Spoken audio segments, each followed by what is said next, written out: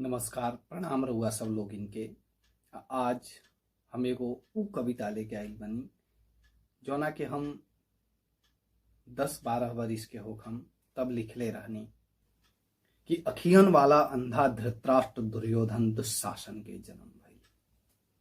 अखियन वाला अंधा धृतराष्ट्र दुर्योधन दुशासन के जन्म भइल। कुंती द्रौपदी गंधारी यस नारी के देखा फिर से मानहनन भइल। मामा त भांजन के महासठ बना देलस। मामा त भांजन के महासठ बना देलस। युधिष्ठिर अस धर्मवान से देखा अधर्मी जुआ खेला देलस। खिंचवा देहलस नारी के सारी। अब बाकी का रह गइल बा विनाश होला दुर्बुद्धि के, यह शास्त्र कहा गइल बा। विनाश होला दुर्बुद्धि के, यह शास्त्र कहा गइल बा। खुला केश द्रौपदी के दुशासन के सीना के लहू मांगत बा। प्रतिज्ञा से फरल भीम के हाथ खूबे अपना के भांजत बा।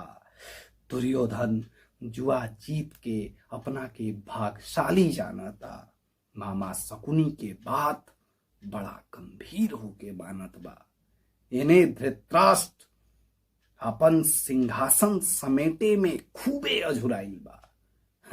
गीता पाठ करी हैं कृष्ण काहे की महाभारत आई बा। गीता पाठ करी हैं कृष्ण काहे की महाभारत आई बा।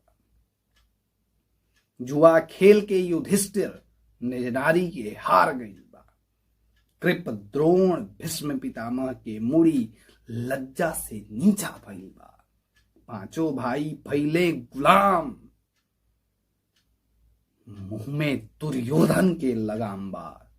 खिंचात बा नारी के सारी, फिर गिरधारी के काम बा, फिर गिरधारी